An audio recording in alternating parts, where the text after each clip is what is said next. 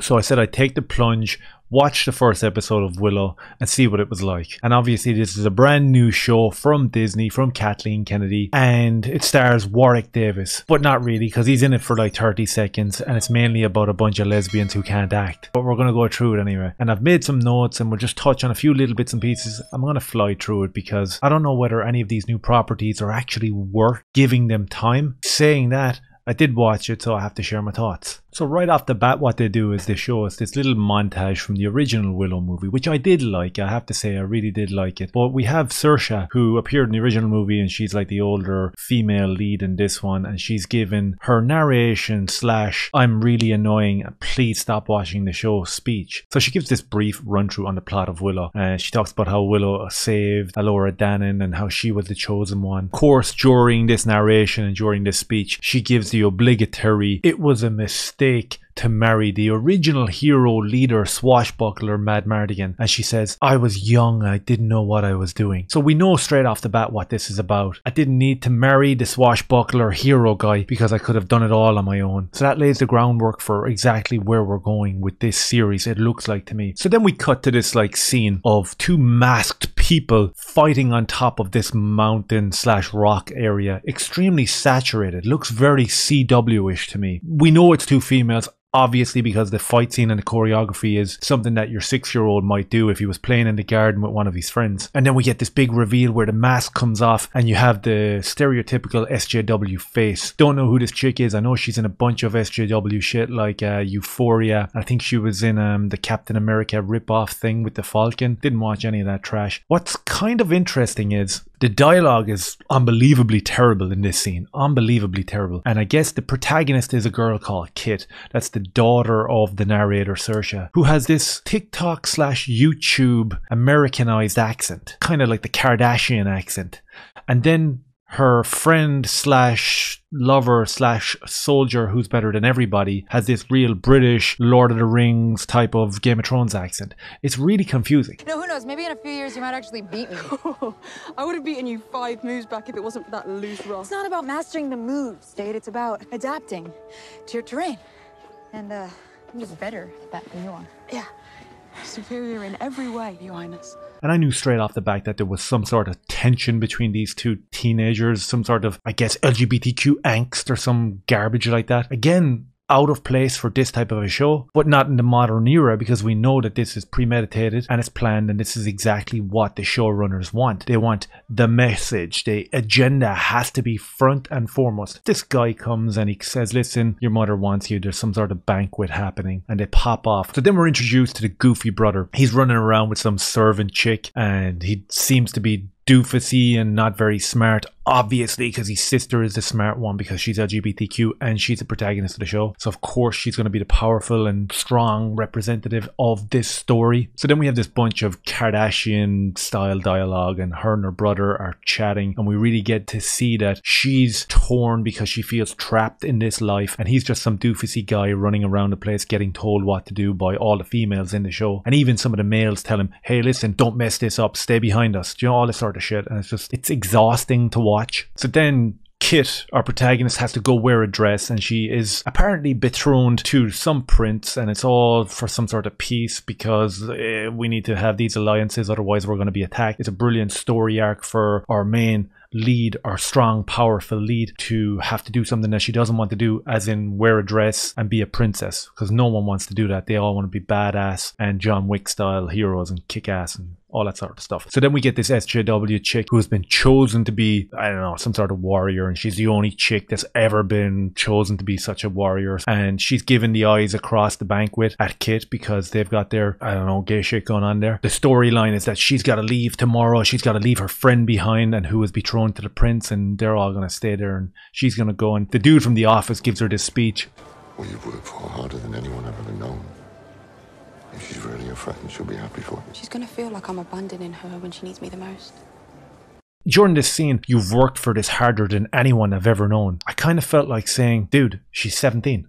What are you talking about? You're supposed to be the leader of an army, and you're supposed to be out training soldiers. How do you know what some 17-year-old SJW chick is doing?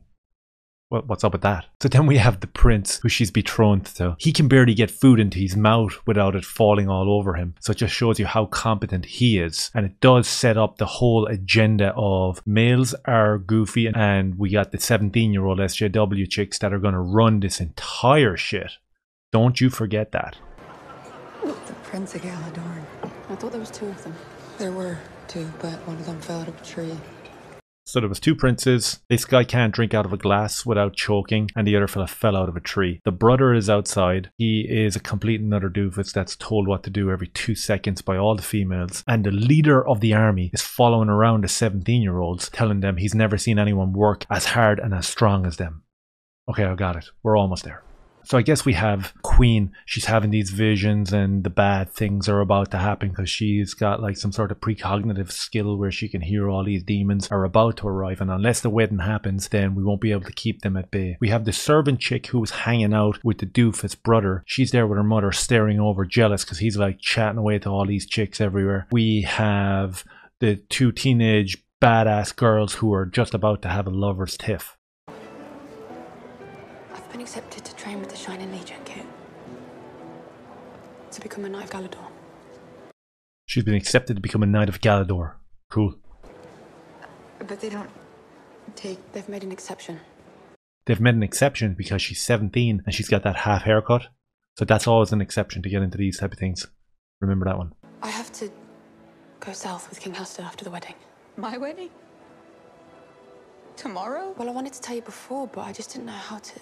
So they have a tiff. Kit gets all kind of queasy and dopey and starts trying to offend her betrothed prince. That leads to the mother, Kit, and the doofusy brother to have what is probably one of the most embarrassing and demeaning conversations in the entire show.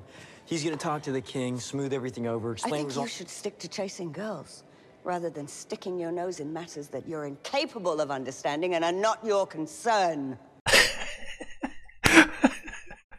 Oh my god. So that's a right hook straight to the jaw. When she wakes up, she realizes that you've taken the throne. Now you've got like 6 girls all around you. And she's like, I don't know, baking bread or something like that. So then we have the servant chick that he was banging at the beginning. She arrives in and she's all upset because he was talking to other chicks. Kit goes her way, the mother goes her way, and we realize that this is a soap opera. This is like the OC / Dawson's Creek all rolled into one under the umbrella of Willow, and a beloved story from like 30 years ago that we all watched as a kid that now has been totally and utterly destroyed. Cool.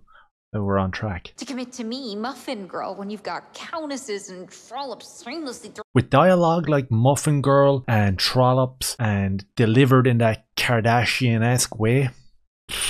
What's going on? So Kit visits her 17-year-old SJW friend who's a badass and the only person ever to be accepted into the Knights of Gondor or whatever the fuck but that shit is. So she visits her in the middle of the night and inevitably they kiss.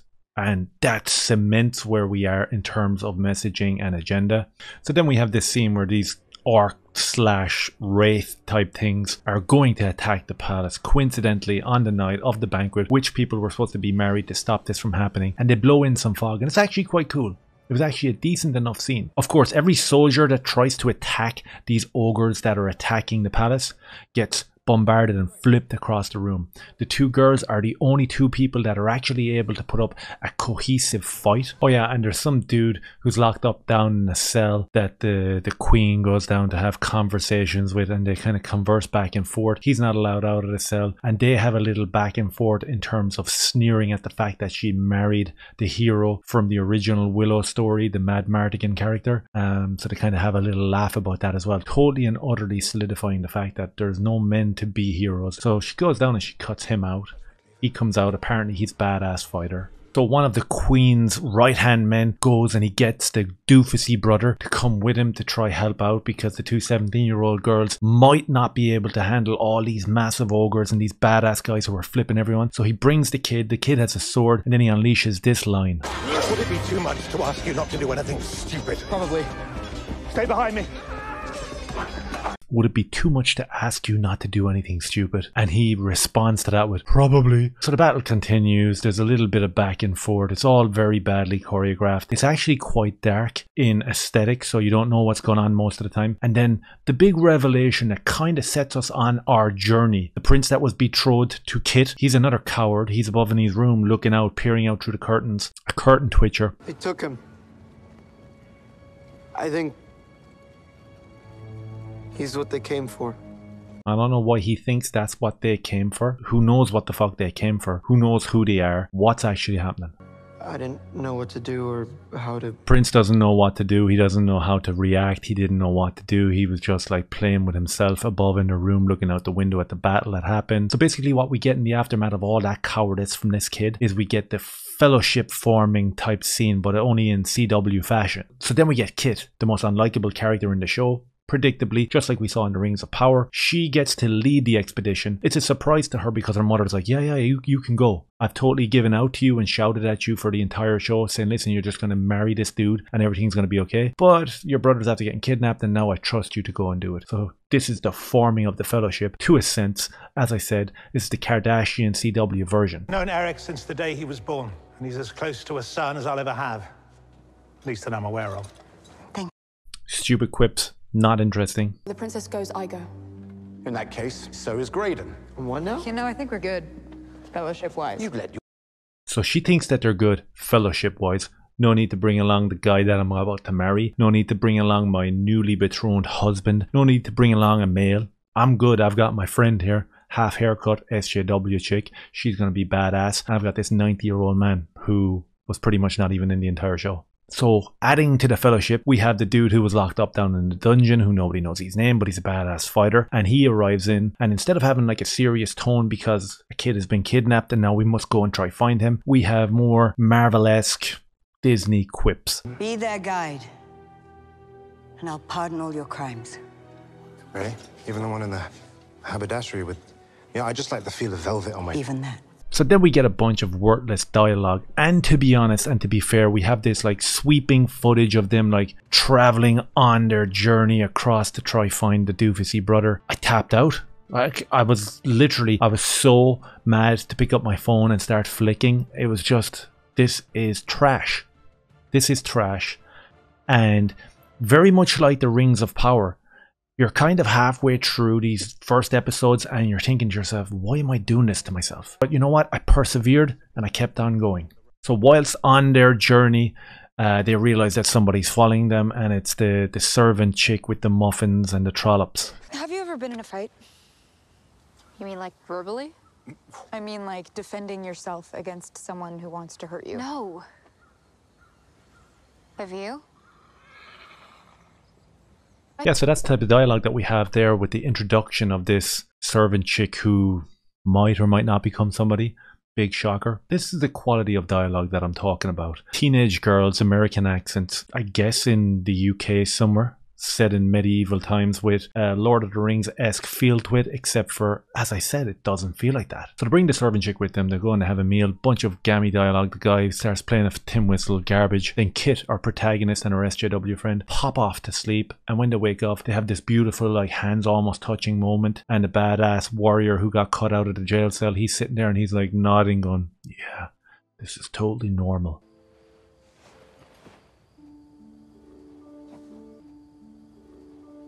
So the kitchen maid disappeared in the middle of the night, and we find out that she's trying to cross some bridge and it looks precarious and she's about to die or some shit like that. So they reach the gate. It's this like entrance and they're all like totally equipped to get across there, and the servant chick is just like pure idiotic and obviously couldn't find her way to there. She makes it. Don't worry about that. She made it. The servant chick made it all the way over. She grabs on, she climbs up, and everything is sorted. Everything is at peace. She stands in front of the big green wall and everything looks really cool and awesome. And this is a really great and awesome show. And there's a cool butterfly there as well. So I guess after all that hijinks, they finally arrive to their destination, to someone that might actually be able to help them. So we're probably 45 minutes into the show at this stage. And when we talk about the main character of this show, Willow, does he show up? My mother is Sorsha. She told me that once long ago you stood together against the forces of evil and defeated them. So she does that like wide eyebrow, like, I've never seen you before. You could actually be any one of these guys, but it's you. And out he comes, Warwick Davis. I've heard him talking about how he addressed the role and how he attacked the role, kind of like Mark Hamill did with the new iteration of Star Wars, and that's worrying to say the least. My brother Eric was taken by The Gales. the what?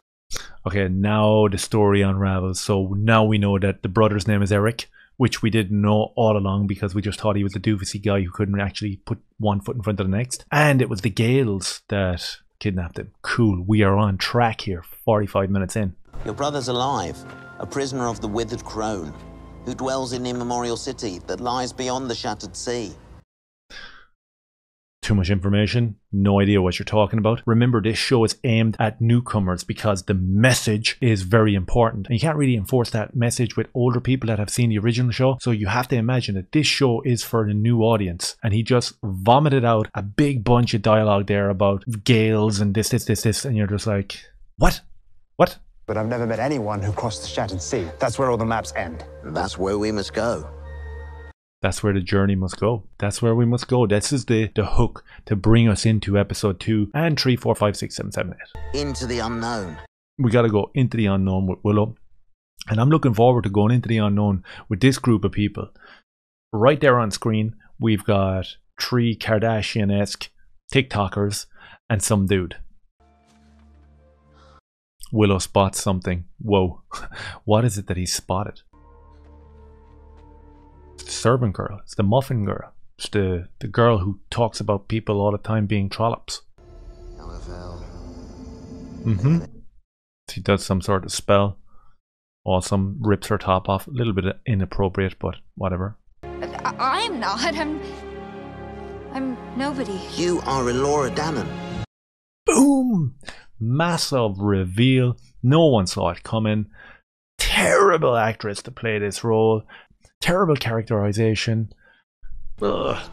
And the world's last, best hope against the evil coming to destroy us all.